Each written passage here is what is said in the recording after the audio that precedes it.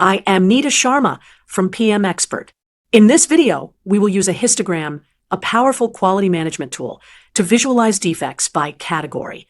First, we will see the distribution at a single point in time, and then we will compare the categories across multiple days and months. Let us start with a single snapshot, the number of bugs in each category right now.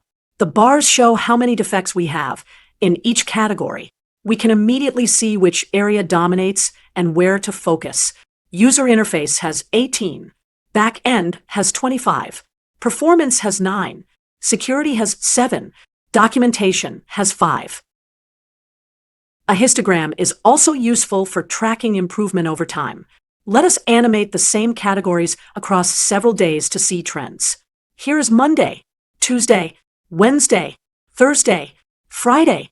Notice how the bars change. We can immediately spot if a category remains high or is trending down. We can also compare the same categories across different months or even years.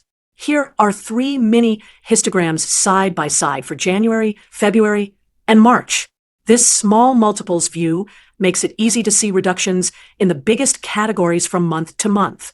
To summarize, histograms, often shown as bar charts for categories, are an important quality management tool.